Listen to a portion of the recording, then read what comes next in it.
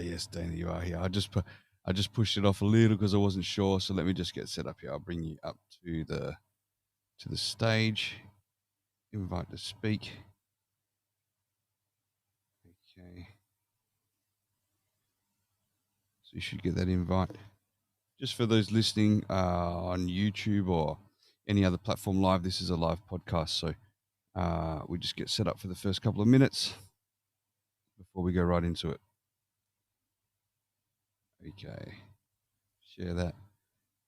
Dana, I'll invite to speak. I'll just check things here. Wish we could preset some of this stuff, you know. Yeah. How are you? I'm doing good. How are you? Good. Now, I got your message when I woke up this morning that you could have been running a bit late, so I just thought I'd push the show off by 15 minutes, and then I saw you in the green room, so I was like, you have to wait till 10 minutes before the show before you can actually start the show, so the time was ticking, but all good, we are here. So, yeah, no worries. I was just loitering around in the green room. Awesome. Okay. Now I'm going to bring the cameras on for Sure. us. Okay. So let's do that. Invite to video. And I should be able to get myself here to, hang on a second. Turn on video. There we go. Okay, we're good. Hi, Dana. Nice to see you here. You too. Excellent. All right. I'm just going to give that a quick share. I don't know if I did that already, but I'm going to share my followers. And then we're going to be good to go. Select all. There we go. I did mine as well. Excellent. But it doesn't show up. I wonder if I should do it again. I think it's just I'm not sure. I'm not sure if we see that when we share it, but. Okay. Yeah. Okay, cool. So, all right. Thank you. We made this happen. It was a few weeks in the making, really, to this date. So I'm really, really excited to be here with you today. So thank you for your time. I want to get into a little bit about who you are, and your life in psychotherapy, which is really a fascinating subject for me. I really love how the human mind ticks, and I think it's kind of, it's a contribution to my interest in podcasting because I get to speak to people, pull their conversations apart a little bit, understand who they are, and I'm sure that you have the same fascination too that way. Yes. So, just before we go into all that sort of stuff, I want to know a little bit about how you come about Fireside and how you got into Fireside and into the podcast world before we go into the whole mental trip, if you will. Sure. Yeah. So I heard about Fireside from my partner and co-host, John Lee Brody. We were working on a concept for a podcast and just sort of working through the pre-production stages of it. And I don't know how he found Fireside, but he had some meetings with Fallon and just told me there's this incredible platform and like this is what we need to be on. And so I did some research and had some meetings and loved the team and loved the platform. And that's how we got here. Awesome. So you've been on here for a while, have you? Yeah, I think since around October. It took me a little while to launch a show and sort of get over whatever nerves I had about it. But I think we launched our first show in October or September of last year. Awesome. It is a fantastic place, by the way. I'm really having some fun here. Nothing compares for me online doing podcasting without having to go through all those channels and all the things that we do. It's just so simplified compared to everything else. So, and it looks amazing too now, by the way. It does. I love the upgrade. Yeah, absolutely. Okay, so I want to know a little bit about you, sort of where you were born, where you were raised, a little bit, and not like I'm going to be doing the whole psychotherapy analysis on you, but I just want to know a little bit about where you're from and where you grew up and how you got into this particular field as well, because it's a track that I wanted to take when I was younger, but didn't take that track into more psychology, I suppose, and trying to find out the difference for a lot of people that get confused between psychotherapy and psychology as well. So there's the psychology of the mind and the psychotherapy analysis. So if you will go into that would be fantastic. Sure. That's a lot. Let's see. A little bit about myself, just in terms of where I grew up and all of those things. I was born in Detroit, Michigan, and I lived there until I was about 6 years old. And had a lot of family there and really liked it there with my family members. But my mom sent me to live with her sister in San Diego when I was about 6.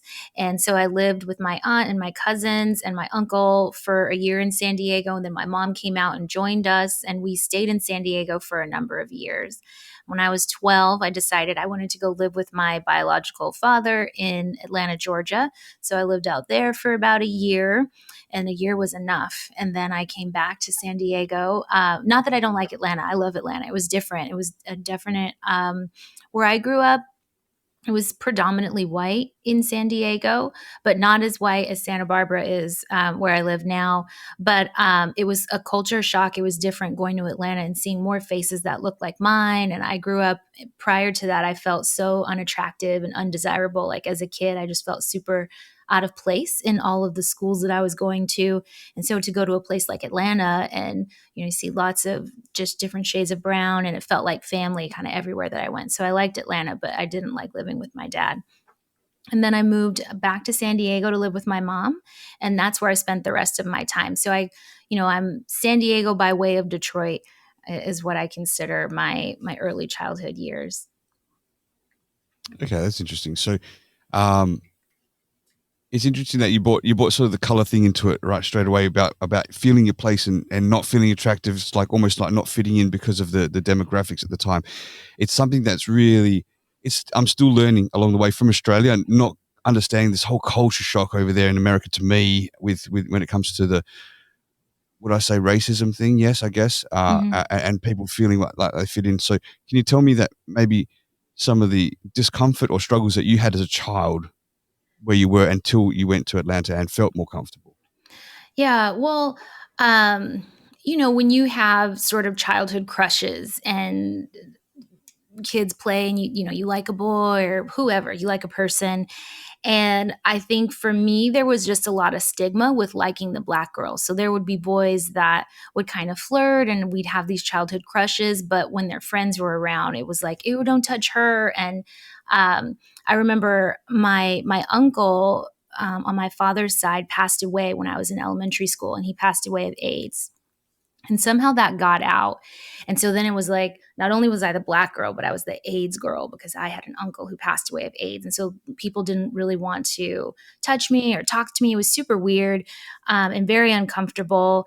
And I just always felt, as I watched my peers have little first dates or they're holding hands and like passing Valentines and things like that, I never got that sort of attention or external validation. And I would have family members say, "Oh, you're so cute," or "You're pretty," or things like that. And I just didn't feel that way. It was just an uncomfortable environment in terms of like aesthetics, but also I got into this performing arts school in elementary that was really difficult to get into and very competitive. And I was the only Black female student on campus. They also had a GATE program for like gifted and intelligent youth, and there was one Black boy. And so then there were people who would go around and call me affirmative action, like, you only got in because you're Black. And I had to go through, I had to play an instrument, I had to test in, and I passed everything and was just as qualified as everyone else to be there. But that sort of stigma and feeling ostracized just because of my color, my race, was uncomfortable. And even places like the Boys and Girls Club where I grew up going to after school. I remember when I was 6, one of the counselors at Boys and Girls Club kind of talking about my facial features and, why are your lips so big? Like, it's just so interesting. Like, why are they so big? So I told my aunt when I came home, like, she asked me this, like, what's wrong with my lips? And then it was this whole thing. And my aunt went to the Boys and Girls Club and had to question them. So it's just these series of things that started happening from a very young age when you can't really understand. And I just remember feeling like, man, I want to be white. Like, my family would give me the Black dolls. I'm like, I don't want the Black dolls. Like, no, because there was just some shame. Of course, I do not feel that way now. But when you're really young and you're shaped by your environment and your culture, when you're told that there's something about you that's bad or wrong or undesirable, you kind of believe it. Sure, and that's extremely disappointing to hear it coming from children like that as well. Like some of it would have obviously been some sort of brainwashing taught by generations coming down, right? Like, so it's things that they hear and then they repeat it. And it's not kind of, it is disgusting.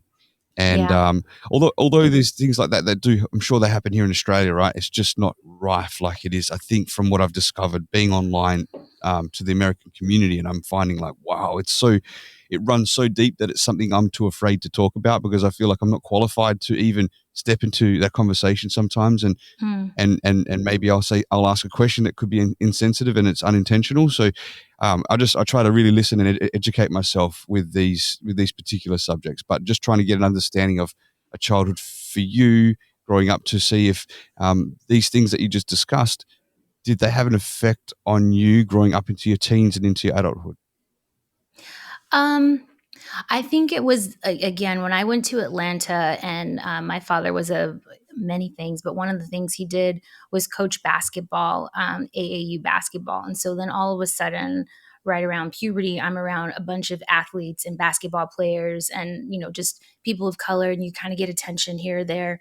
That was a shock. I didn't know how to handle it. And I think it did start to have me question who I thought I was at that time. But it wasn't easy because when I went back, when I was 12, to live with my mom, she had moved from a completely different city. And so then I was in a neighborhood that I would say is definitely more diverse, with Latino, African Americans. And similarly, I felt like there was more social acceptance, but there was also some rejection because I talked differently. And so then it's like, why do you talk white? Why do you act white? Why do you care about, they're just different things. And so I got picked on a lot and sort of bullied a lot. But I made some great friends, and I had people who had my back and kind of taught me how to look out for myself and protect myself. But that was something, I think I was self-protective in a different way in elementary school than I was in high school. So with white people in predominantly white schools, I learned how to be the class clown. And so I was very bright and very smart, but I would diminish my capabilities, I think, or my intelligence, my Put on the social front skills. to diminish your potential I to would. them. Yeah, so that and you I would fit just, in. I get that. I would try to be so funny, and I would get in trouble a lot. I would have to go to the principal's office because I'd want to smart mouth the teacher, but the kids liked that. And that's how I was socially accepted. They thought that was really cool. Whereas, coming back and then being in San Diego and in Atlanta too, I felt, then it was just more trying to watch my back and make sure I didn't get jumped and beat up. And so putting on this different persona, like I'm super tough and, dressing and carrying myself in a way that made it seem like, we don't know if she's a part of a gang, or we don't know what she's doing. We don't know what her deal is, but I had to do that to fit in. Okay. So let's just skip forward a little bit before we come back again. Is that I want to revisit just where we're leaving off here in just a second, but I want to know a little bit about your profession in psychotherapy. Can you tell me a bit about that? When you got into that? When I got into that? Yeah. So after graduating college, I remember I didn't really know much about master's degrees and doctorates and things like that. But at the graduation ceremony, I saw the distinction between the people who were graduating just in terms of their dress. I don't know if this is international or not, but when you're graduating with your master's degree, your gown looks different. When you're graduating with your doctorate, it looks different. So I was like, wow, what's that? And I noticed that the group of people became smaller and smaller, the graduating classes, the higher you were going up. And so I thought, let me look into this master's degree thing. I want to walk across a stage and, wear that gown and have that acknowledgement and recognition. And so I started taking different personality tests and career aptitude tests and trying to figure out what it is that I want to do. I kept consistently getting 3 careers back, one of which I had been working in at the time. The other is my passion and sort of lifelong passion. And then the final was mental health. And I was kind of looking at where I was at. I was working as an actor. and it was difficult. You spend a lot of money to maintain that business, but you don't get much back, especially when you're starting out. And I didn't want to grow up, sort of struggling. And so I thought to myself, if I could find a career where I could have some flexibility and autonomy in my schedule, while also helping people, the thing that has always driven me the most in life is having a positive influence in the lives of others, and sort of um, encouraging people and sort of galvanizing them to become the best versions of themselves. And so I looked into psychotherapy and what are some of the different jobs that a person who's studying psychology could land in. And that led me into a master's program in clinical psychology. So that's sort of the inroad. I had been someone that over the years was always told by my peers and by people who knew me well, oh, you should be a therapist. You'd be a great therapist. People would confide in me, mostly because I cared and I listened and was genuine and was always willing to help. Even though I didn't have any sort of clinical background or expertise to draw on, people felt seen and heard when they would sit with me. But I felt like I can't do that. Like emotionally, I'm going to take that on. Like I never wanted to be a therapist. And I would always tell people like, no, I don't think I could do that. I would take the work home. But here I am. And I've been doing it for many years. Yeah. Literally one of my next questions was to ask if you had empath tendencies, because in this particular field, I guess you do have to care, like to connect in a way, but you have to learn a way to kind of shut that off and shield yourself. So it's almost like absorbing the information to diagnose your clients at the same time, not taking it home. Like you said, there's a way to repel that, right? And I've done neuro-linguistic programming before in the past, and I used to do coaching many years ago, about 15 years ago. And I literally did it for about 2 months and found I had to stop because of that exact reason. I was just going home with it and it was affecting me. And I was like, I can't do, as much as I love this, I can't do it. And I think just with age, I've worked out ways to shield that, if that's the best way I can sort of put it, or protect yourself from that. But totally fascinating for me to hear that from you. So going back again now, at what point, I mean, you just explained doing the test and realizing that this was the particular field that you were accustomed to. But was there a point as school was finishing when you were trying to choose that you may have realized that this particular field was helpful for yourself as well, for anything that was from childhood? I mean, for me to learn NLP back in the day, I found it was also for me. I didn't realize it at the time, but it was also for me to work on myself as well as others. Is that some sort of enlightenment that you had for yourself as well? That enlightenment definitely came, but it wasn't before I entered grad school. I was really motivated for grad school, just helping others and having a career that was sustainable and that I could build, that I could have my own business. That was really the driving force there. But once I got into the program, and even now in hindsight, I realized that it was completely for me.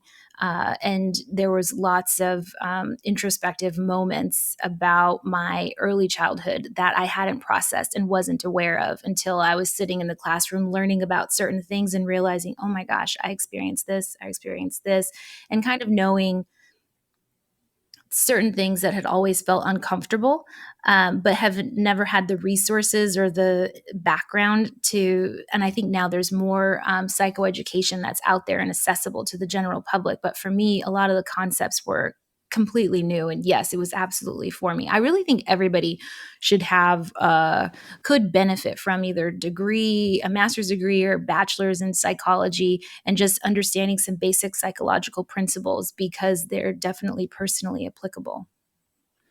100%. And I'm going to go out on a limb and assume that there's a lot of work that you've gone through to completely form the solid, structured woman I see today, because you seem extremely set and understood about who you are right now. Like, speaking to you in the past briefly and here, you're someone who seems very sure of themselves. And I'm sure that this kind of education came with its own therapy to reach that conclusion today, right? Yes, absolutely. And I'm a work in progress. Like I'm not all put together all the time like anybody else. And I'm still growing and learning and healing and recovering and all those things. But definitely feel better about myself than I did before, and a much better understanding of who I am and who I want to be. Thank you. So I guess I want to sort of go a little bit into the mental health situation. It's like society is riddled with mental health these days. Is there a specific field that you specialize in when it comes to psychotherapy for mental health?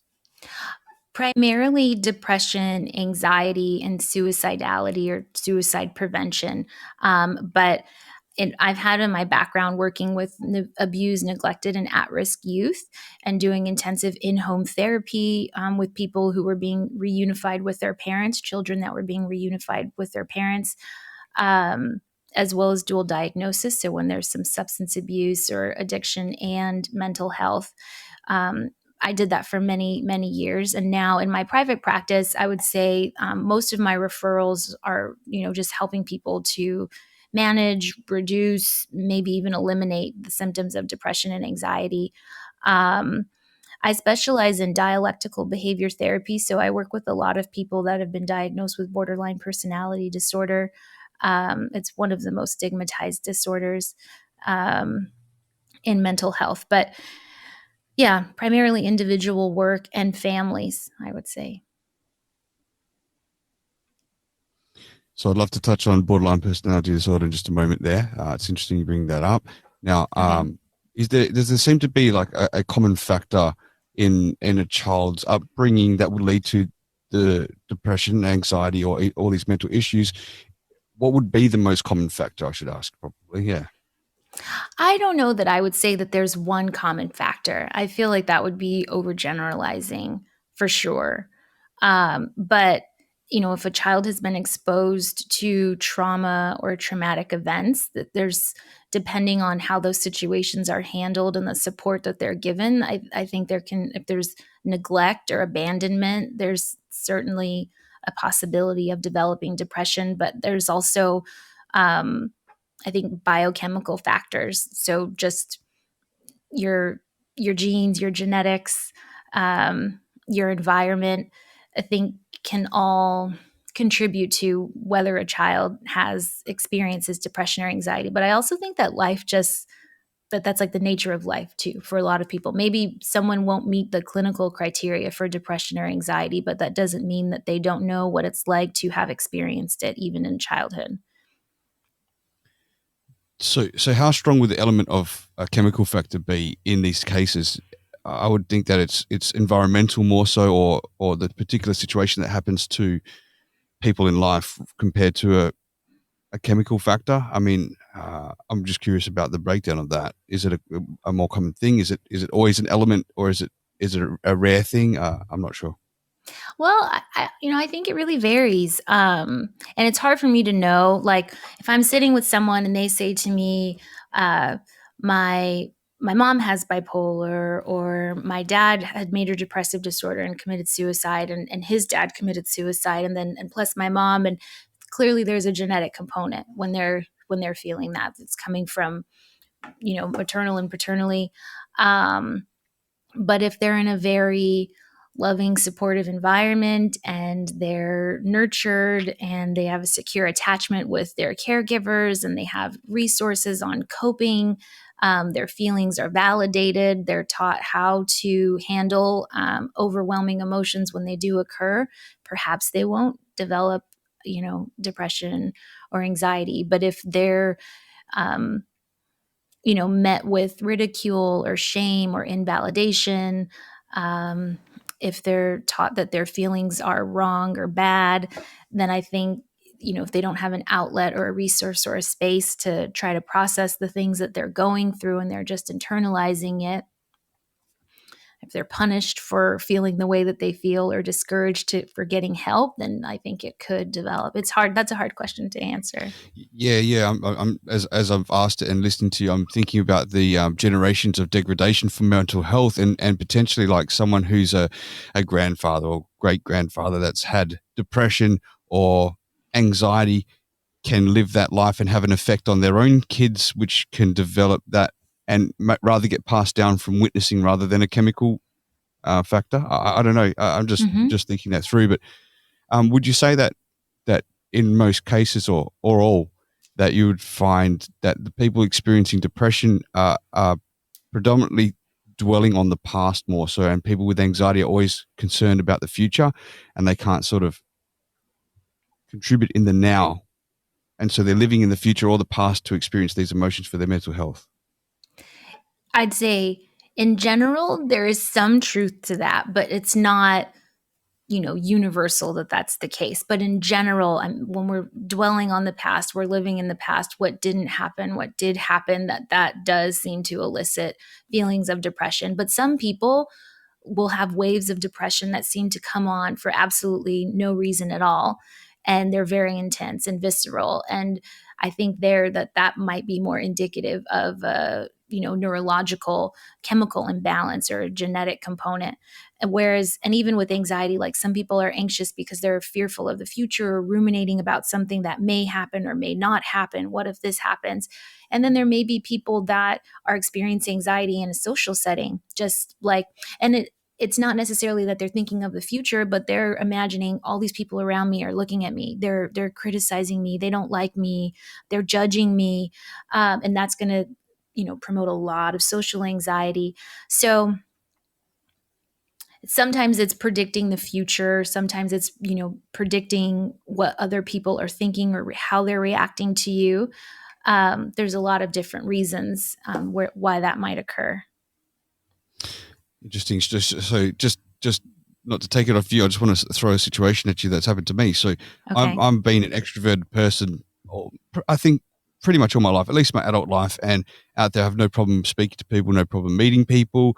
I have no problem being in public. I'm fine with all that sort of stuff. And I lived over in Thailand for 6 years, my wife, and we had our kids there and everything like that. And there was a friend of mine, a buddy he's extremely overweight. And I know he doesn't like being in public. So when I'd go to the shopping center to get cologne or something like that, I'd be like, do you want to come? He says, fuck being at a shopping center. No way. He was just did not like it. Right. And I'm thinking, what's wrong with you, man? And I try to understand that he probably doesn't want to be looked at. He's morbidly obese. Right. And in Thailand, everyone's so small. So it's like, it stands out even more. Right. And I remember almost to the time when we left, he still said this, and I still would go to the shopping center, no problem, shopping mall, as you call it over there in the States. Anyway, we came back to Australia. It happened to be 2 weeks before lockdown happened with COVID-19, and we were in lockdown here. So lockdown for a few months, and things open up again. And of course, we'd just come back from overseas, so we started to find a place. We had to stay with my parents, and then lockdown happened basically. So it took a few months to find a place to move to and everything like that. And then we're up and running. But ever since that opened up again, I now have this social anxiety going in public. I have no problem going on social audio. And that's probably a reason why I love it so much. It's so easy to connect, speak to people, switch on and off whenever we like. But to go out to the shopping center, like my wife doesn't drive, so I drop her off to do the food shopping, for example. And I'll stay in the car, or I'll come back home and I'll go back and pick her up. I just don't want to walk through. I just don't like the feel of crowds. I feel a little bit claustrophobic from it. And I've never had that all my life, and I can't explain where it came from. I'm not asking you to diagnose me, but I'm saying that it's an interesting spin when you think that everything's just fine for your life, and for no real apparent reason that I can see anyway, this has come on. It's strange for me. It's really strange. I heard someone say just recently on an app, I think what the word was called and I can't remember. It's like an introverted extrovert or something like that. Is where you're introverted in an extrovert in an introverted world or something like that. I don't know the definition. I was going to ask you to break it down for me, but I can't pull the words for it now, so I'm sorry.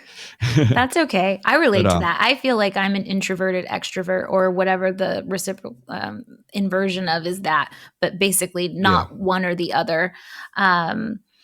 I think a lot of people can probably relate to that experience that you're having when you're spending so much time in isolation and just with your family and the familiarity of your family, and then going back into community settings. I remember even just living in this small community where I live now, we don't have tall buildings here. There's lots of ordinances, so you're not allowed to have sky rises. I think there's only one building that's over 2 stories in my town. Right.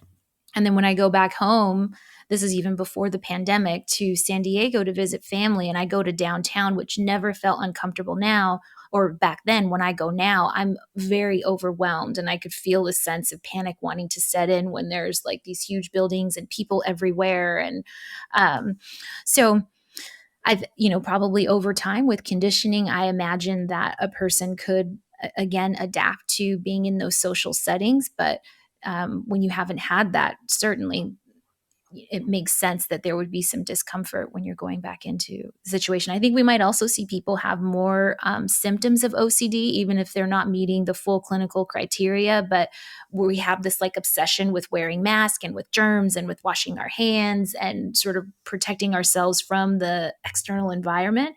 I think that might carry on for folks beyond the pandemic. So let's go back to borderline personality disorder.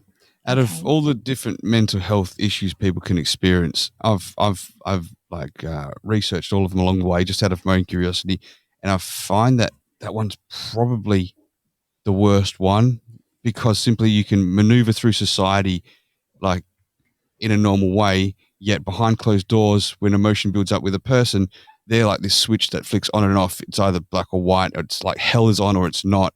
And it's and I don't believe there's anything that I'm aware of that people can be medicated for either. So can you tell us a little bit about borderline personality disorder? And in your opinion, is it one of the let's not class it as the worst or the strongest, or however we're going to frame that, but is it one of the more difficult ones to work with? Well, it's the population that I probably work with the most. So I wouldn't say, there will be some people that will say it's the most difficult to work with. You hear that a lot in grad school, and when you're working with different populations, that tends to be one that people refer out a lot. For me, I just have an affinity there, and I have an empathy and an appreciation for what people with borderline personality are dealing with, how they're feeling, the circumstances that have led up to that diagnosis. So it doesn't feel difficult. I feel honored to be, kind of journeying alongside someone while they're struggling. There is not a specific medication that can make it go away. There are some medications that can help. And then there's a type of therapy called DBT, dialectical behavior therapy, which has been proven with research to be one of the most effective treatment modalities for borderline personality disorder. So I think it's really about learning coping mechanisms and coping skills to help manage the symptoms that they're experiencing and help to reframe the distorted thoughts that occur and control impulse urges. Can you give me an understanding of what it's like in the headspace of someone experiencing borderline personality disorder?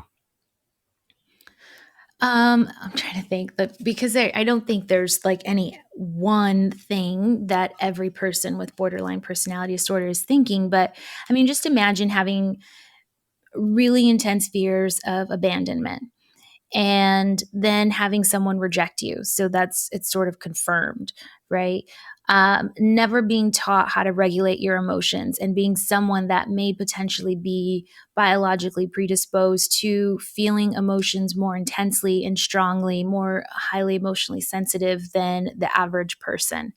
And having never really learned how to manage that, what to do with that. And in fact, being told, you're not really feeling anything. Why are you so upset? Why you're being dramatic? Why are you crying? Why does this hurt you?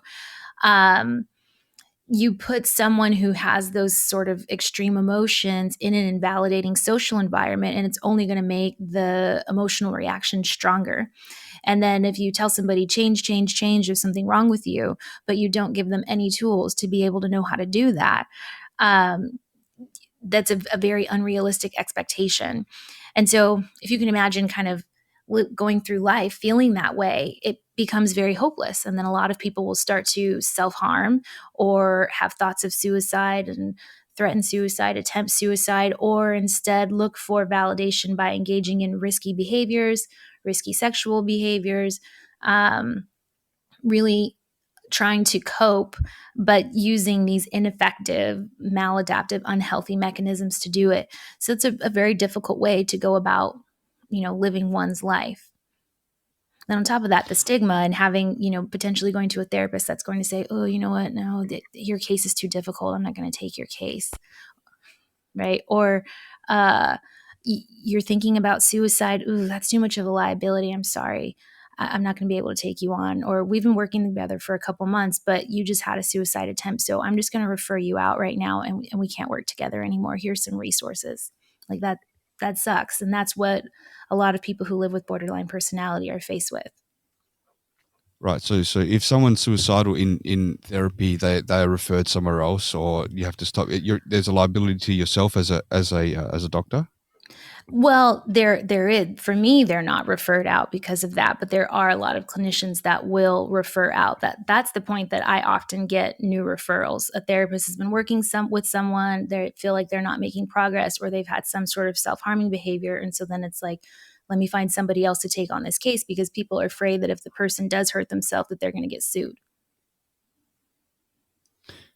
I think I'm more fascinated with this subject. I believe I was an ex-partner of mine had borderline personality disorder, so I've experienced firsthand, but I've witnessed it since then, being aware of it with so many people. Like, so many people I couldn't believe that you wouldn't know, because I think it almost takes a rapport or a relationship with someone with BPD to for it to kind of be switched on. I'm going to say switched on is the best words I can find for it to happen, because it happens so suddenly, right? Mm-hmm. It's like with a stranger, I don't really know. I mean, of course, someone could flick the switch for them quite quickly if there's a situation, but I think it's rather when they're emotionally attached to somebody and something that's done can upset them in a way that they're not aware. Sorry, the person that they care for isn't aware that they've done anything, right? And they haven't done anything in most of the cases. It's just the way they've taken it. So what causes the development of that? I know there's a whole range of them. There's no specific thing, but is it generally trauma that will cause BPD to come on, or bipolar, or some of these other mental health issues? You stated that before with depression and anxiety, but I'm trying to specify it now for bipolar and borderline personality disorder. Yeah, I mean, there are people who a lot of people who have BPD have experienced some form of early childhood trauma. It doesn't mean that everybody who's had early childhood trauma ends up developing borderline personality disorder, or that every person who has borderline personality disorder has had early childhood trauma, but we do see some commonality in that. I almost forget the question. What was the question again?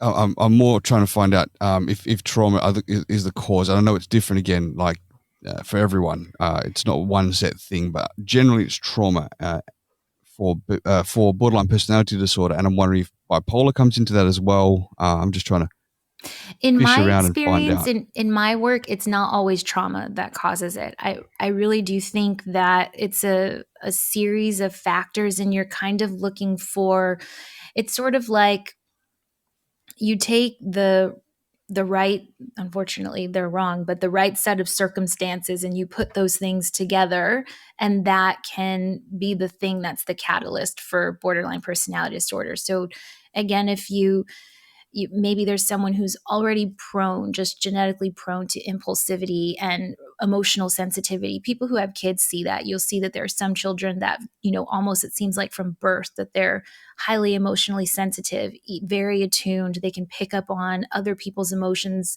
in an environment more easily than maybe their other child does. And then if you put them in an environment that invalidates them and says that those feelings are wrong or bad, then they act out. And sometimes the environment will positively reinforce negative behavior or behavior that they want to change by, let's say somebody's feeling lonely. And so when they're feeling lonely, they get really, really clingy, or they act out and start yelling and screaming, or they say, I'm going to hurt myself. And so then let's say the environment says, oh my gosh, don't do that, please. And so then they give lots of attention, and they're emotionally available again. Well, now you've just conditioned the behavior that you want to stop, or the behavior that's harmful. So if someone experiences that sort of repeatedly in their life, I think that they're more likely to develop something like that, especially if they're not being given any relationship skills, any mindfulness skills, any emotion regulation skills. But I don't think it's any like one inciting trauma that says, okay, now you're going to have borderline personality disorder. How can we protect our children from mental health issues as they grow older? I mean, what are some of the tools we can give them to really help them strengthen their mind in these particular cases? That's a great question. Yeah, I love that question.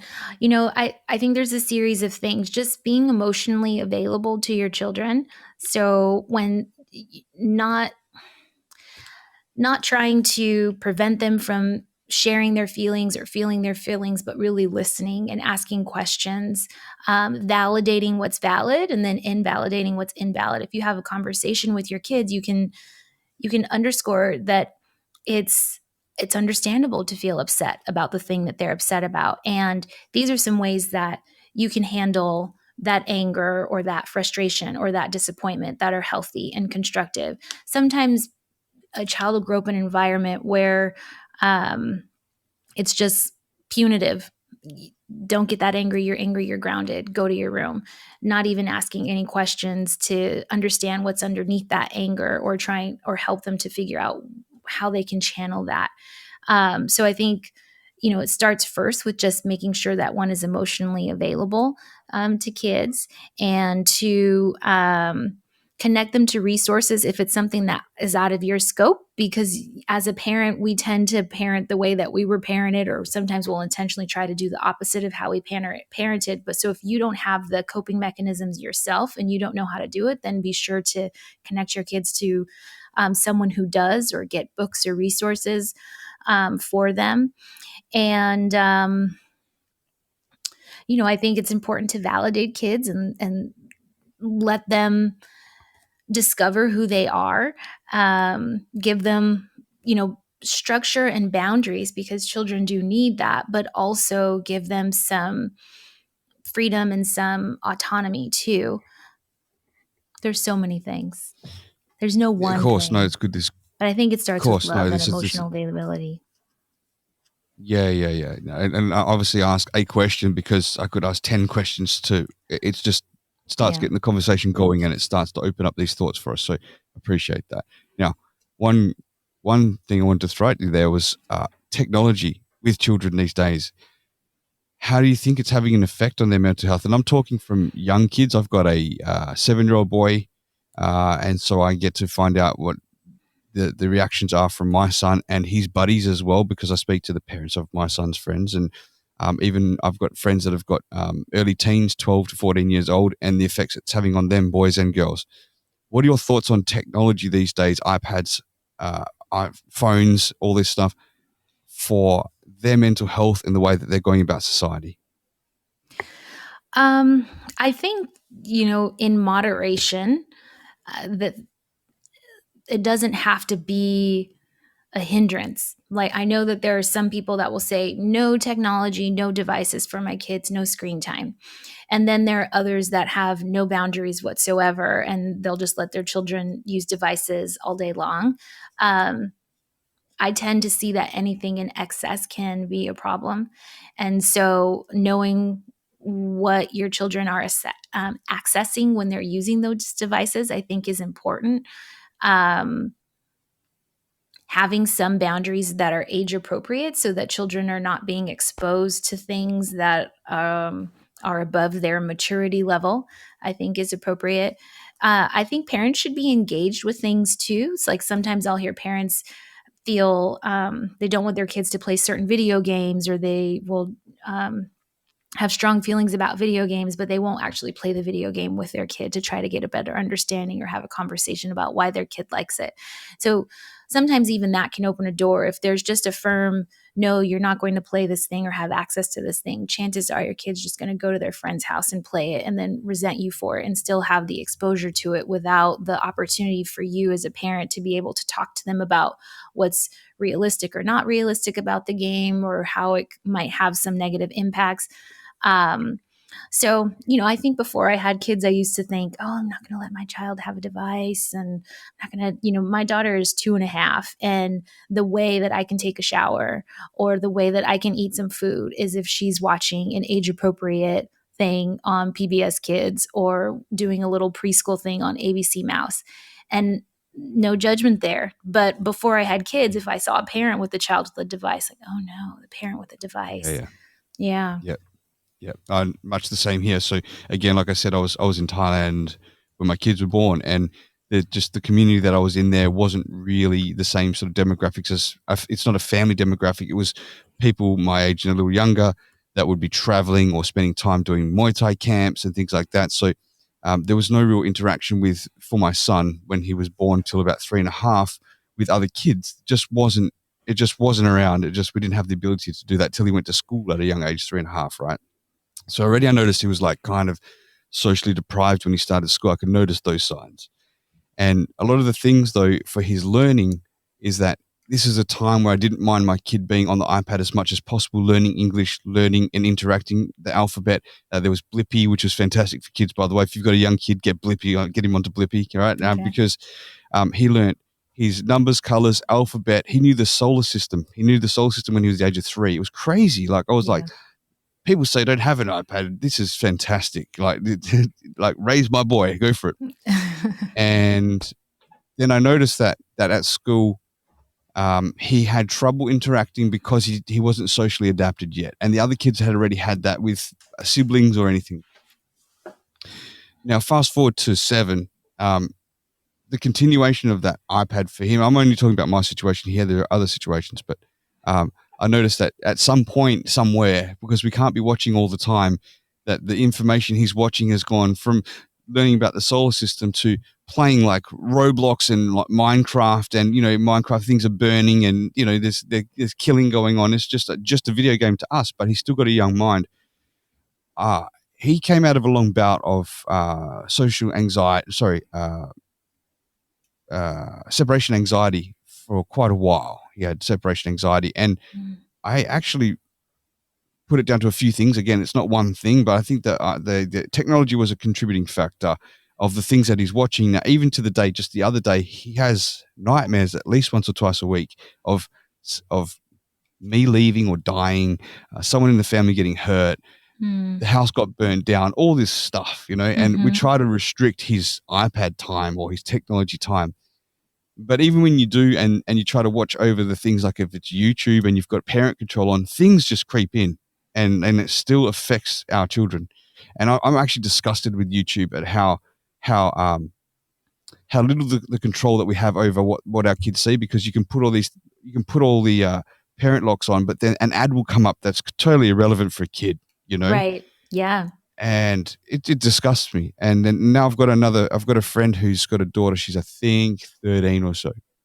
And she's also experiencing depression and going through a bout of that. And we think it's generally due to the technology because of like Instagram, and she's seeing all these perfect pictures of people and whatever it is. So he'll actually take his iPad off his kids for 2 days a week. So I think it's Tuesdays and Wednesdays, or Wednesdays and Thursdays, no iPad, no technology. And he said the first day they're cranky and they're not liking it. But by the end of the second day, they've been reading books. They do all these family things. So he's the one that first got me to realize that taking that technology away, by the end of it, after a day or two, they've like adjusted and they're good. Because when we take technology off my kids, it's like taking crack off a crackhead. They crack the shits. They go mental about it, and it's end of the world. And I'm like, you're overreacting, and that's where you'll say that, like you say, stop being silly for nothing. We're going to take this away if you're going to act like this. We say all that stuff, but you're right in not really validating why he's going through that. He doesn't understand. It's like taking his drug away, right? So I get that. So it was good information just to ask you that, to find out about the reassurance of what we should be giving our kids to these emotions that they're feeling. So I appreciate that part. Oh, good. Yeah, no, Yeah. I think especially as we get into preteen and early adolescence, and then talking about social media is very different for me than a conversation that's just about technology and devices. But I do think too, sometimes parents will say, like, parents have to be careful about how they're modeling things. So if a parent says, like, don't be on your device, but then the parent is on their cell phone or on their computer all day long, it's sending a very inconsistent message, and it's very difficult for a child to want to change that behavior. And so I think modeling it as well, and then for parents to, create more family centered activities and do things with their kids that are all like everybody's device is free and technology free, and we're all going to do these things together. Sometimes kids are bored or understimulated, and so helping them think of things that they can do, reminding them of the other things that they can do in their neighborhood or in their home, and doing those things with them sometimes so that they have that social interaction as well, can be helpful rather than just like taking the vice. It's sort of like taking a security blanket away for some people, for some kids. I think of, a cell phone is kind of like the Linus blanket from Charlie Brown. So I think there's really a balance. And again, just being careful if things get too villainized. If most of us think back to our childhood, we're going to think of the things that our parents told us not to do and told us that were bad. And many of us probably ran to those things and still did them anyway. Maybe some of us were, listened, but most teenagers don't. And there's sort of a rebellious thing. So we have to be kind of careful and strategic with how we talk about things that we want to change. I had a question about that just as you were saying it, but I lost it because I was into what you were saying. Then it was going to be down the line of okay, so a kid's been traumatized, however it might be, and I'm going to give a couple of situations after I hear this first. What are some of the best techniques that we can do as parents to try and steer that mental health of theirs, well, the effect of trauma, to avoid the mental health issues later down the track? So what's the best way we can steer them back on track? What are the best tools that we can give them? What are the best things that we can do? So I'll give the example now. So obviously, if there's a child that's been molested or as a kid from a pedophile, and like there's a situation that happened here in Western Australia just a couple of months ago. There was a little girl who was 4 years old taken away. It was like 19 or 20 days she was taken away. And when they found her, surprisingly, she was like happy and nice. Thank God they found her. First of all, she was abducted by a man who was obviously he's put in jail now, and it seemed like she was in good spirits and good health. But I found out through the grapevine that she was actually molested. So, how would the parents be dealing with a 4-year-old like that right now to make sure that she's come out okay in the end? There's another situation I'll give before you answer that. Is that I did a podcast a couple of weeks ago with Jody Pushay, who I listened to that. It was fantastic. Yeah, it's amazing. Fantastic, right? So you saw how he was quite fine. Like he was quite fine about what happened. I mean, not what happened, about his life. Do you think that his mother was a huge influence in that part? Because his mother was supportive. He wasn't in trouble. He was able to openly speak about it, release it off his chest. And he obviously had that sort of support. And also, do you think that his father murdering his attacker also helped his future of not ever having to be concerned about that monster? So I know that's a lot in these two questions, but yeah. It is a lot, man. I was so fascinated. And I think I messaged you afterwards. Like I had a few follow-up questions for him because I hadn't really heard that perspective before. I think at the point that people come to me, they're not in a space where they're laughing about it and saying that they're okay and that, it hasn't affected them or harmed them in any way. So it was really like, usually people don't go to therapy to say I'm doing great and things are wonderful. So it was just truly fascinating. And I don't know, it's because it was so genuinely surprising to hear him share his perspective. It's hard for me to answer that second question that you have. I really felt like I want to read this man's book and I want to have a conversation with him as well to kind of get underneath it. Because as a therapist, my initial thought was like, gosh, is there something there that hasn't been explored? Or, I know he even mentioned like, hey, I haven't been married, or in a serious relationship, but that's by choice. And that's because I want to do what I want, when I want, with who I want, and all those things. And so as a therapist, I was thinking about, all the underlying things that might be underneath, or peeling back the onion that maybe he's not even aware of. But I don't know. I can't answer that. I could line you up with a talk with him if you like to, by the way. Maybe, if you want to speak to him. Thank you. I appreciate that. Yeah, I'd like to watch that. Yeah, that'd be good. Yeah, I totally agree with you on that. Just not to cut you off, that even though he seemed fine and he's doing fine, I still think that there's some layers that he hasn't revisited himself. And so long as probably he doesn't have to, and he's doing life great, that's good for him. But there's certainly something I can see that's being avoided or suppressed or dealt with in a way that doesn't have to be talked about again or dealt with again. And good for him. That's wonderful to know that you can move on with it. But I do think it's a rare case. I do think that's a rare situation on how he can move forward from that, because there's another interview I did not on Fireside, previous to Fireside, with a guy who'd been molested by his father for as long as he can remember as a young child. And his father died when he was around 7, I think, and he was happy that his father died because he was just a monster. But fast forwarding to around, he's in his early 50s, he's had even though he comes across quite positive when we speak, and we've become friends out of this, his life was rough. He's schizophrenic, bipolar, depression. He's run through all those emotions. And even though I've probably met him at a point where he's dealt with a lot of those things, they're definitely still there. And the schizophrenia, I believe, was probably formed out of trauma again from what his father was doing to him. And to the point where we actually become good friends, but then suddenly he's backheeled me and a lot of other people as though we don't care and all this stuff when we've done nothing but. And again, I think that's just trauma coming up and the situations coming up in him. And I don't take it personal because I actually love the guy. He's a great, great guy. I think he just needs to go through that phase again before he realizes, or not, that we were there for him, right? So I guess I lost where I was going with that, but I'm just filling up in those couple of situations where they're so different. They're so different from Jody to this other person, from the trauma they experienced as a kid, Yeah, absolutely. I mean, and I think to the other part of your question, just in terms of like, there's a whole working with children that have been sexually abused or assaulted is a niche. It's a specialty. And so I would say, in terms of looking for a therapist or looking for help, that you would connect with someone who this is the population that they serve primarily, because I don't want to misspeak on it. And as I said before, I'm more depression, anxiety, suicidality. Though I work with kids, oftentimes it's more on a behavioral component.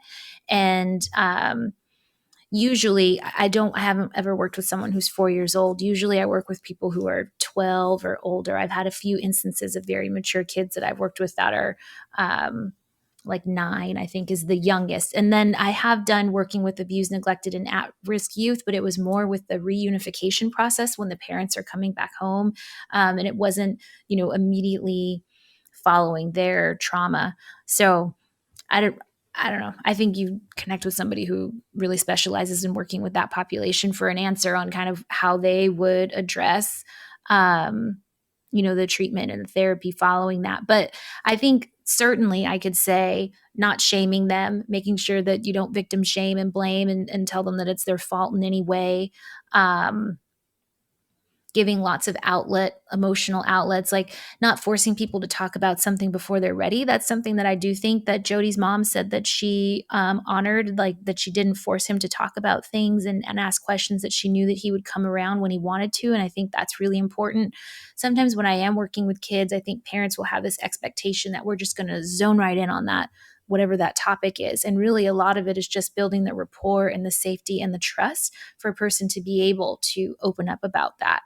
And so that's important. I think families can kind of replicate that as well. And it's probably really hard. Like, I hope to never be in that situation as a parent, but I think as a parent to kind of compartmentalize your own reactions so that you are not projecting that, because kids will mirror it. and just allowing them that space to be able to feel their feelings. And I like how she said that she didn't react, and she was purposeful about that and go, oh Wow. my gosh, That this was is so amazing. horrible. Right. How? Yeah. I don't know how she could do that, but she's I done a know. wonderful job. Yes. I'd be more inclined to be like Jodie's dad. That's honest from a parent's point of view.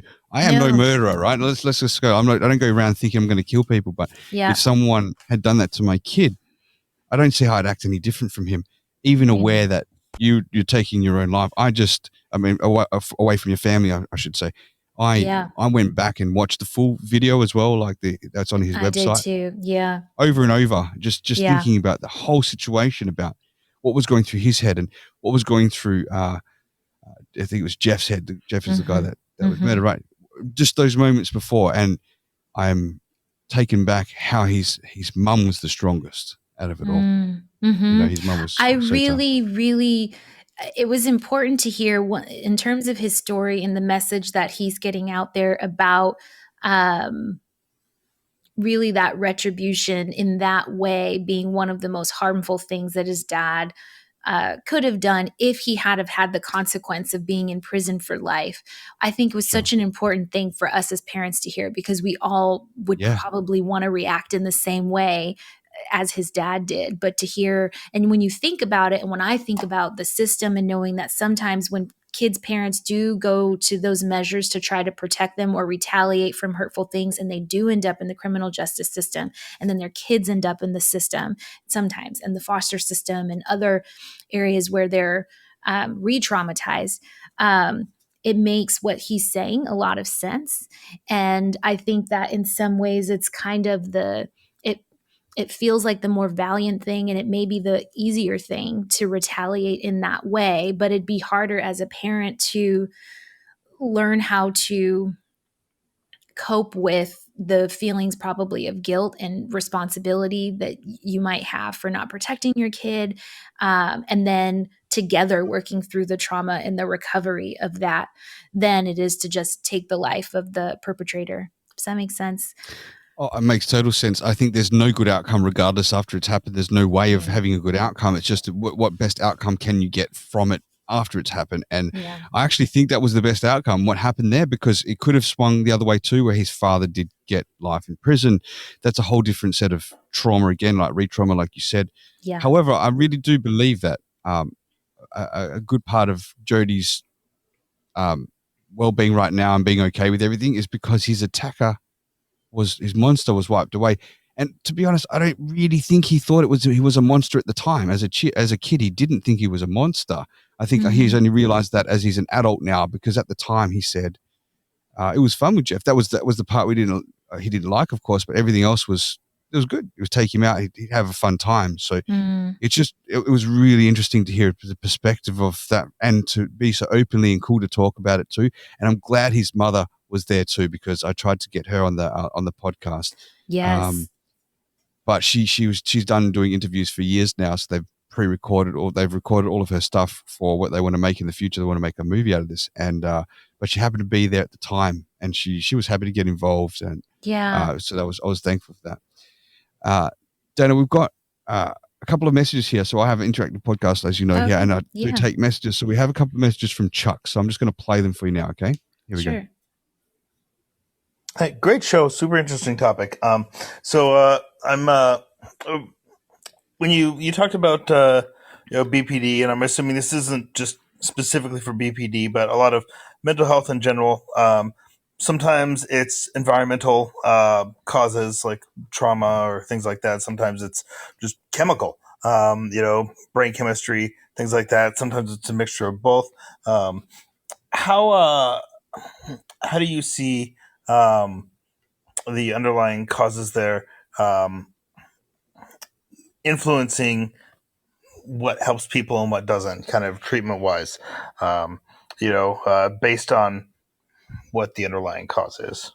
I mean, like, a medication, for instance, it may have a similar effect regardless of, the cause, or it might not, so like, how does the source impact, treatment? Okay. Should I answer that now? Yeah, go ahead. Yeah, go ahead. Okay. You want to rehear it, or you're okay to answer that? No, I think I can answer it. Yep.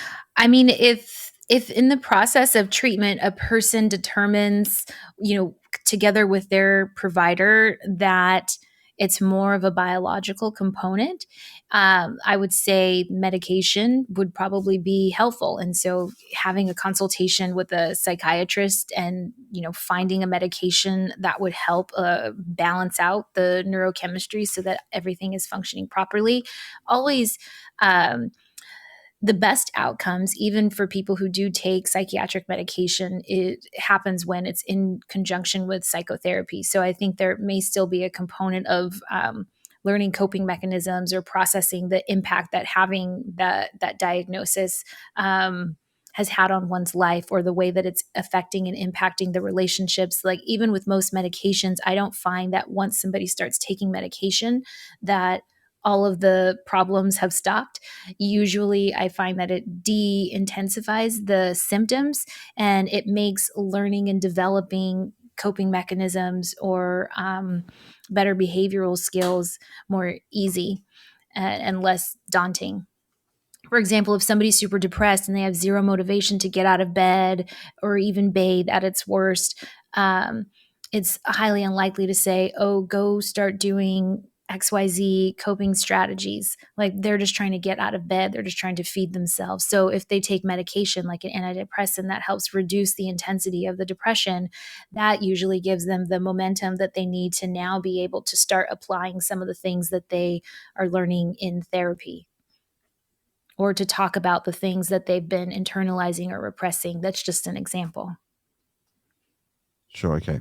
I hope that answers your question. I see Adam wants to come up stage. We'll do that just towards the end of the podcast. We'll bring a couple of people up if they want to, so just hold out there. Adam, thank you for joining so far. We did have another message from Chuck, but it's deleted, so I'll just check it's not the first one. Give me a second, because I can't obviously read them. Hey, great show. Super. No, that was the first one. He must have deleted that because you answered his question, so thank you very much. Okay, so that's another thing, a point that you raised. Obviously, things like antidepressants for people going through depression. Now,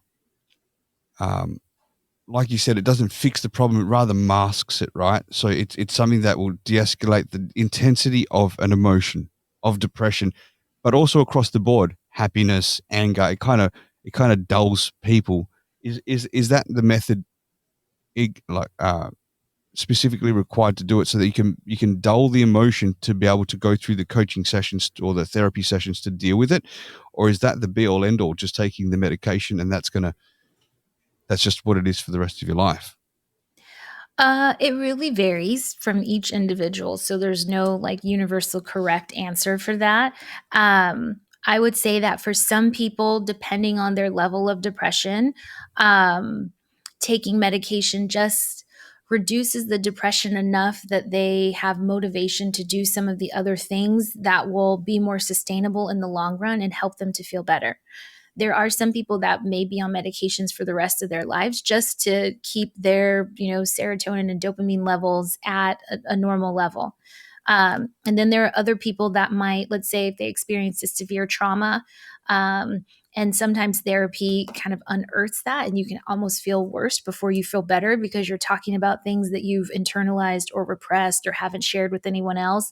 So having some sort of medication might help to sort of null or numb or dull those feelings so that you can have those conversations in therapy and then learn how to cope with the feelings that come up as a result of having those conversations.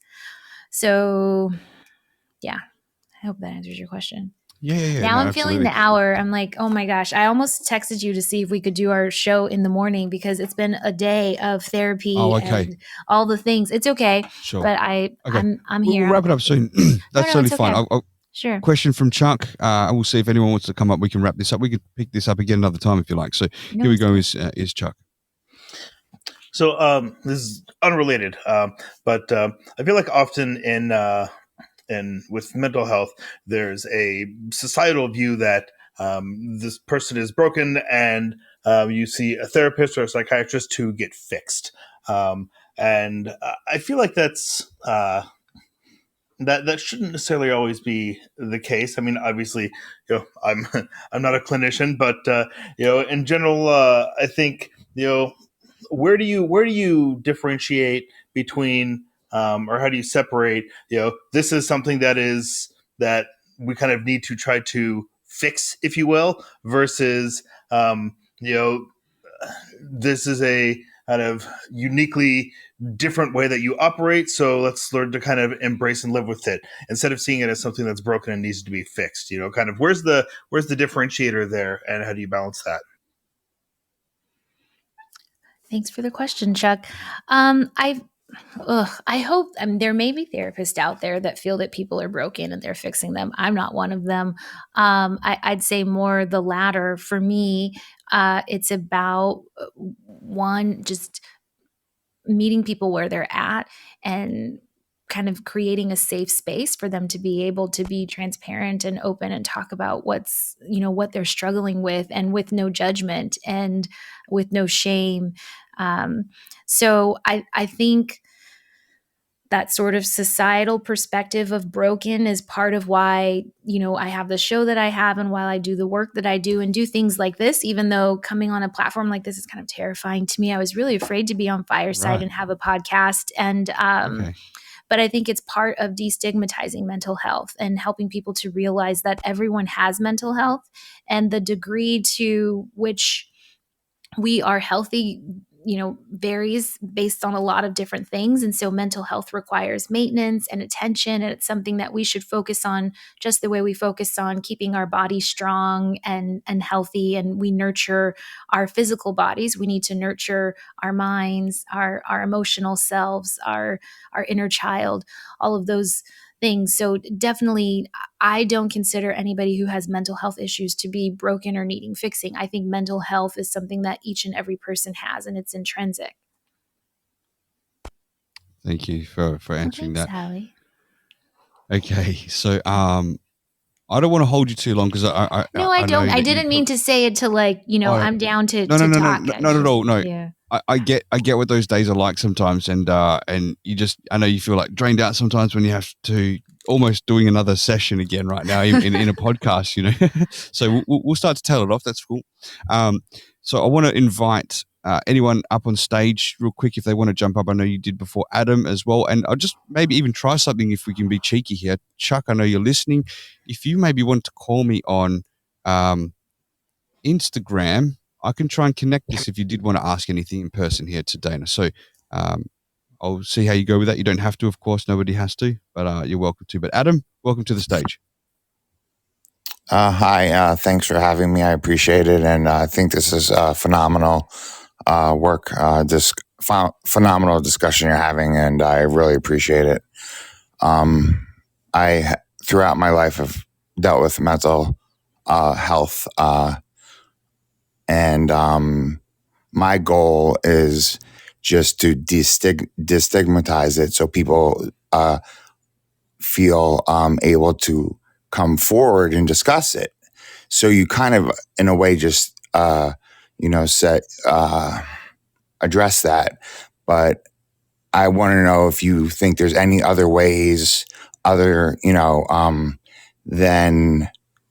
we can all do our part. But is there anything on a whole, like any areas that you see that are really needing attention, and maybe the right person's listening right now, or maybe the right person can get that message to a group or a nonprofit, and I because that's really my goal, because I feel that it holds a lot of people back and from getting that help. And that's my question, without going into a full session, so to speak. Right. Thank you. Thank you for your question, Adam. Thank you for listening, and thank you for sharing a bit of yourself with us today. I think really that's kind of where it starts. The people, if we can all be comfortable with being a bit more vulnerable and transparent with our own experience with mental health, when it's at its prime, and then also at times when we're struggling. When we've talked to therapists and we talk about the benefit of mental health or psychotherapy or the benefits of medication with our social network, not necessarily on the internet, but I'm saying with like your friends and family, that destigmatizes it. I think for those of us who are here that are creators, being willing to tell a little bit of your stories and your journeys and your struggles, there's a lot of courage and bravery in vulnerability. And I'm learning that, and I'm trying to walk the talk by having, being a guest on a show like this and telling more about my own story. And I think that it has a ripple effect. So I think that's one of the things that we can do when somebody is struggling with their mental health, like listen. Sometimes we get scared. Oh no, they're bringing up something and I don't know how to react, or I'm going to say the wrong thing, but really just being a supportive presence and just creating safety in that context. You don't have to have all the answers. That you can guide somebody to resources or to a professional to do that. But even just being willing to hear from someone and be available and be a support, I think is a good place to start. And I'll back that up straight away and try and say that sometimes we need to potentially read between the lines a little bit, Adam. And if you do ever need someone to talk to, man, I'm here, bro, offline if you want to talk about anything. And I always put that message out to people on the other app that I've been with. If anyone's not feeling okay, reach out. Just reach out. Just a quick chat, sometimes 10, 15 minutes. And it's good to go. There's a couple of people from the other app that okay, I think Chuck's he says he's going to try this. Okay, he's going to try and call in. So this will be like a first call in on Fireside ever. But give it a go, Chuck. I'll be waiting for that call. It's not coming up on my... Okay, you give me a second, Chuck. Oh, no, it's not coming up on my computer for some reason. I can see it on my phone, which is not connected. Oh, here we go. Video chat. No, sorry, I can't, Chuck, but we'll do that for next time. I know what to do. I just haven't got that set up this time. I can plug that into another device and make that happen. We can do a call in. That'd be great, actually. Yeah, I just thought of it then. So, okay. So you had asked something earlier. I wanted to make sure that I didn't forget, and that was around some things that you can start doing with kids like at a young age. So I think teaching emotion regulation skills or mindfulness or self-awareness, giving kids sort of that emotional vocabulary. So even with my 2-year-olds are prone to want what they want when they want it and experience a really big reaction, right? When they don't get that. And so my daughter she'll say, oh, I need to take a deep breath. And then we count in, we count to 4, and then we count out and we count to 4. And something like that, just simple sort of mindfulness skills can help promote effective coping, rather than when you get upset, the kid just throwing the thing, go in, get down on their eye level. I understand it's really frustrating that we have to stop, watching this show or playing with this toy. It's time for dinner. Now let's take a deep breath. And then you do it together. So that's just one example.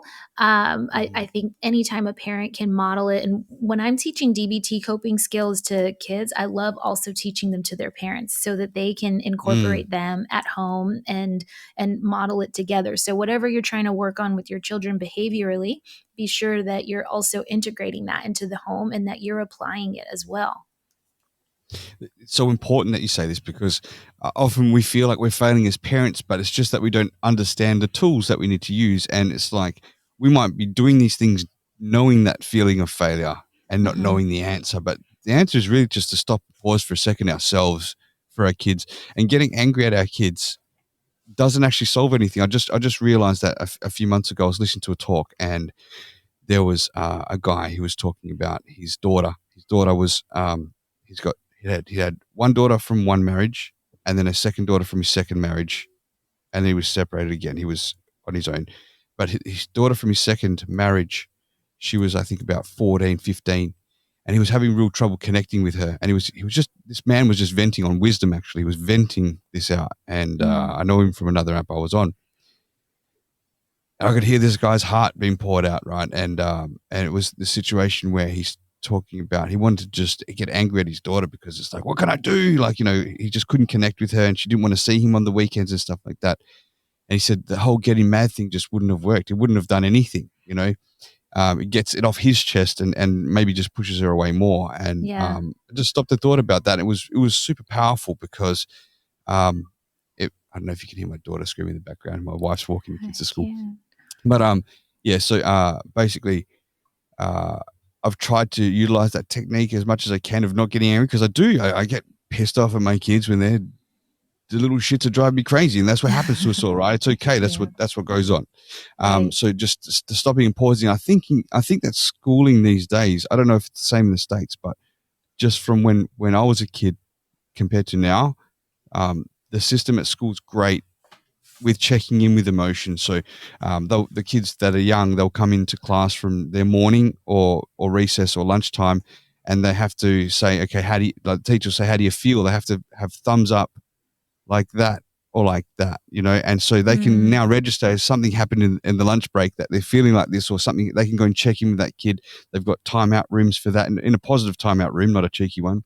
Yeah. And I just think that they're much more in tune now with kids than they used to when we were kids at school. So that's fantastic. I think so. I think in the States, that's probably happening, and there can be more of it. I would love to see there be therapists at every school on staff, and not just one, because that's not enough to meet the demand. I would love to see there be psychoeducation happening in the classroom, just like we have like math, science, whatever, that there's also sort of a mental health or self-care type of class, or even just a unit about it in the existing health, or I don't know where you would put it, but they should make space for it, because we're not born learning how to cope with things, and everybody has stressors and everybody's struggling. Everybody's fighting their own battle. And so if the school is a great entry point for kids to start having a place to learn what to do with some of their big emotions, how to navigate the world effectively and with a strong sense of mental health, like we talk about it in PE,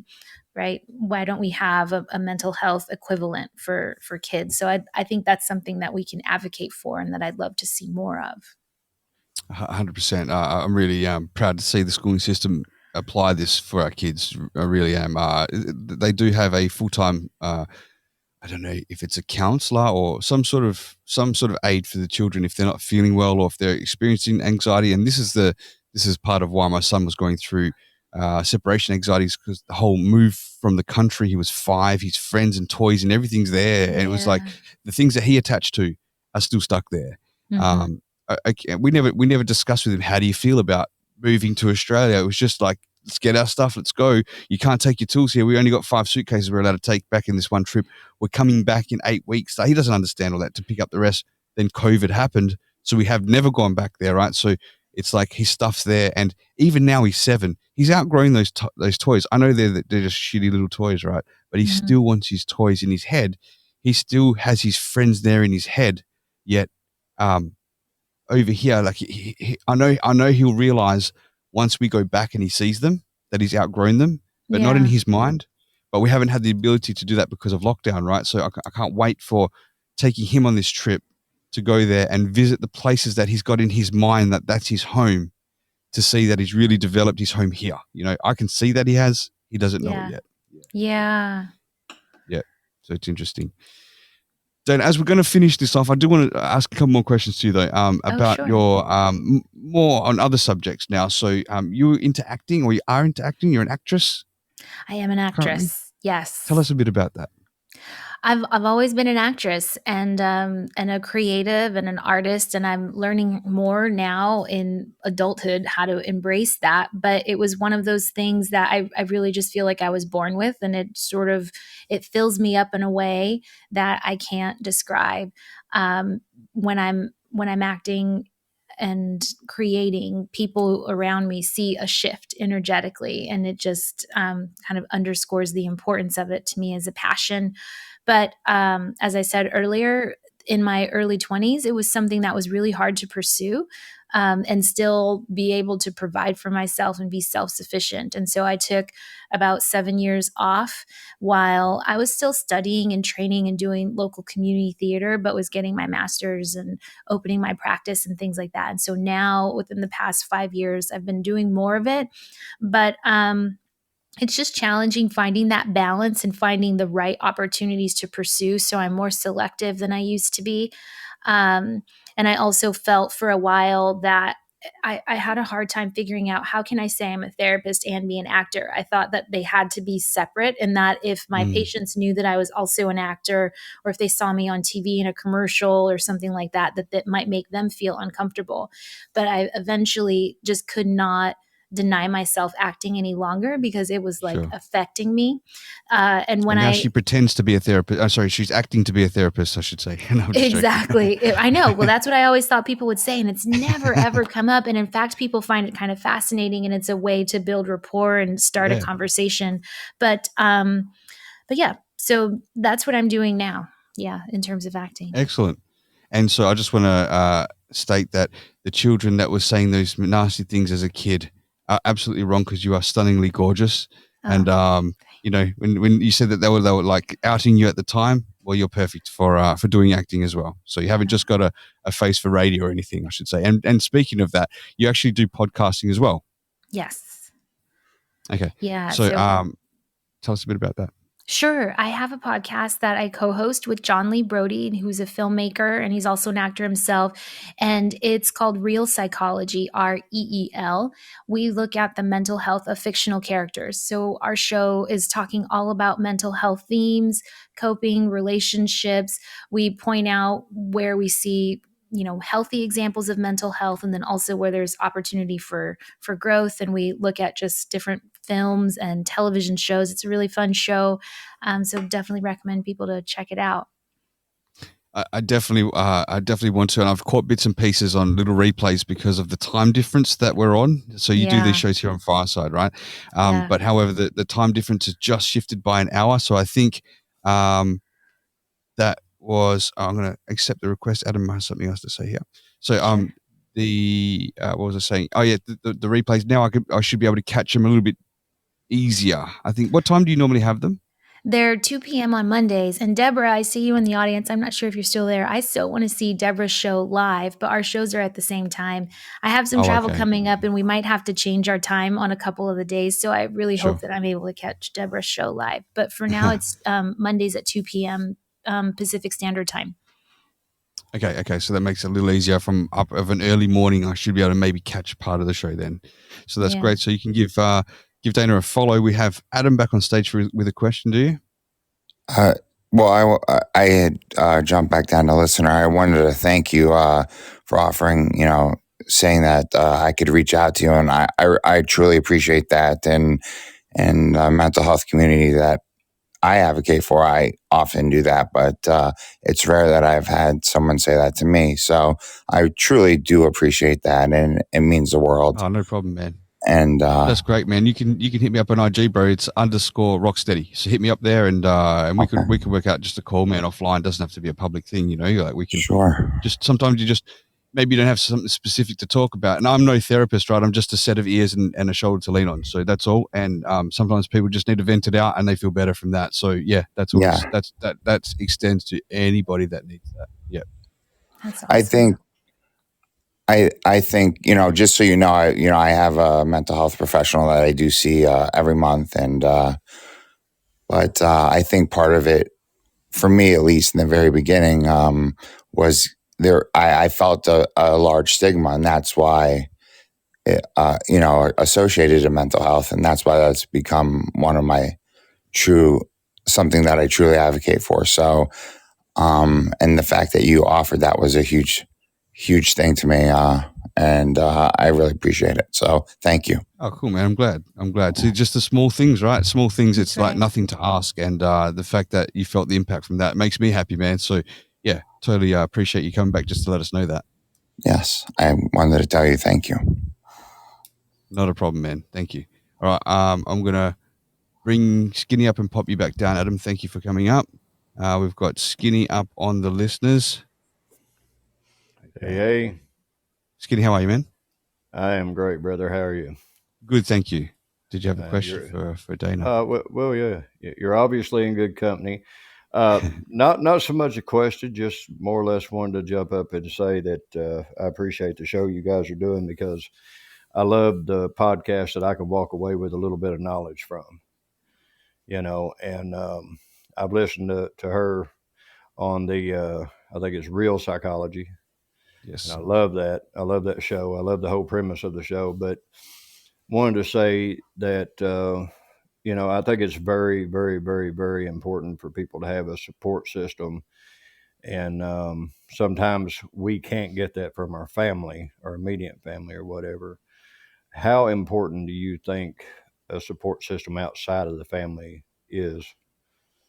Because I know a lot of my counselors were telling me before to go outside of my family, maybe so they're not so one-sided or whatever. Yeah, I agree with that 100%. Thank you so much for coming up, and also thank you for tuning into Real Psychology. I really appreciate it. It means a lot that you enjoy the show and the premise, and that it's helpful. Social supports are very important, and I think sometimes we feel sort of beholden to our family in a way that we're obligated to have them be our primary support. But if that's not serving you, or if there are certain relationships that are toxic or harmful, it's completely appropriate to go somewhere else to get those needs met, and even to create some boundaries with family members. So I 100% think, find your community, find your tribe, get plugged in, and cultivate and nurture those relationships that are energizing for you, and less attention to the ones that are draining. Thanks for the question, Skinny. I just want to back up what Skinny's said there, and because I know Skinny from another place, another app, and we've got some other friends that are here on Fireside that have become creators.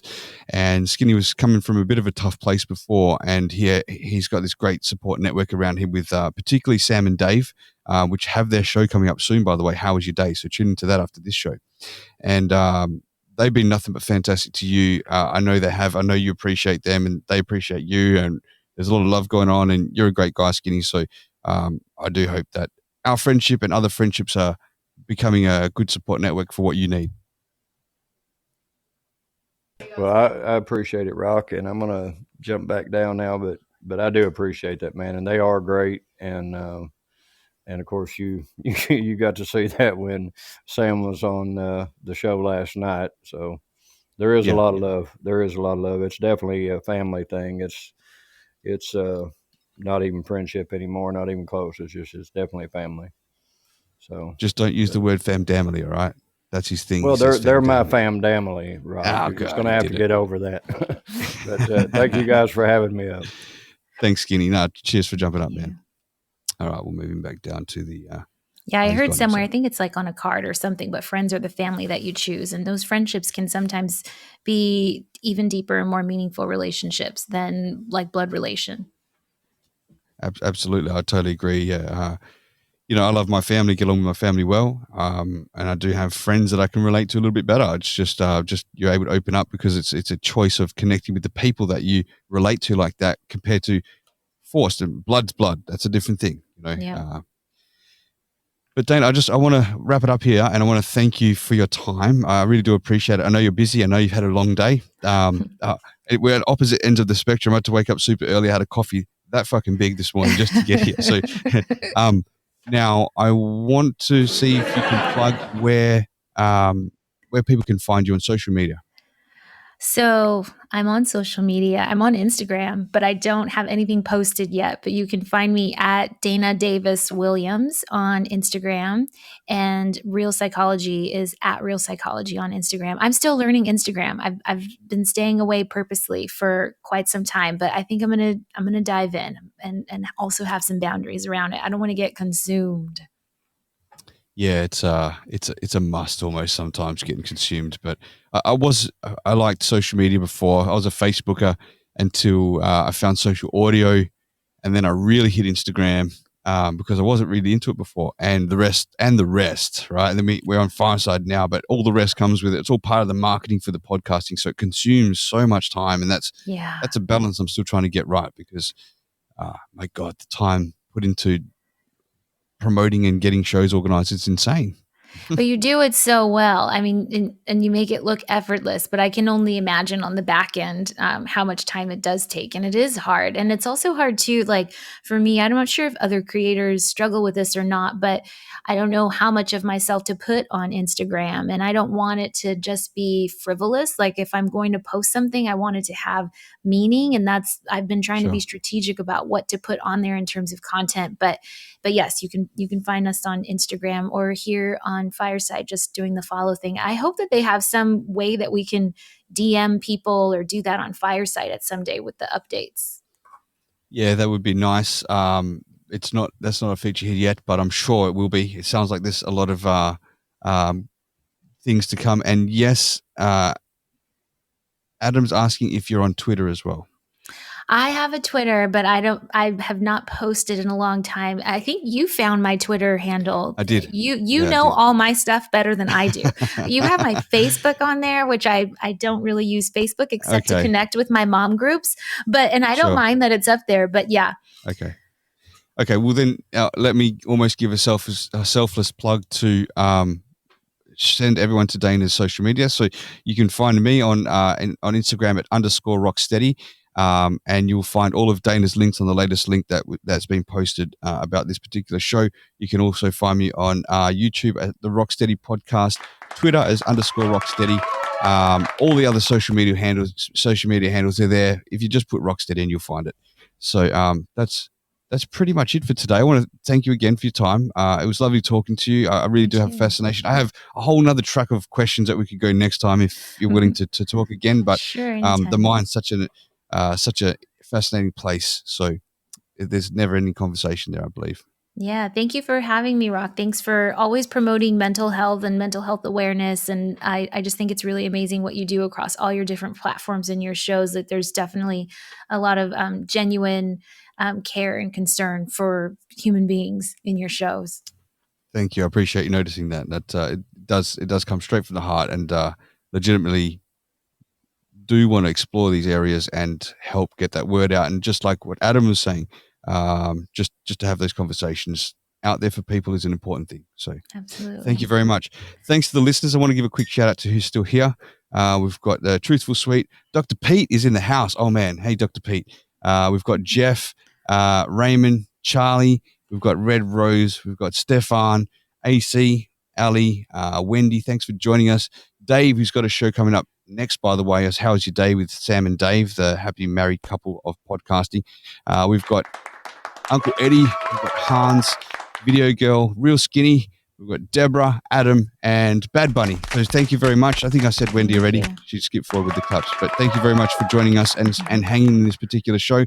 We'll see you all next. In fact, I've got a show in 12 hours and 20 minutes with shirtless Jeff, naked Jeff the model, however you want to call him. Sexy man is going to keep his shirt on for this show there, damn it. But that's coming up tonight, my time, which is tomorrow morning, your time here, 9 p.m. Eastern Standard Time, which would be 6 p.m. PST. Yep, I think that's right, if off the top of my head. So there you go. Thank you, guys. All the best. Thanks for coming to the Rocstedi podcast, episode 39 with Danah Williams. Cheers. Cheers. I'll turn the weight bot on. Here we go. Where is he? Here we go. Weight bot coming to you.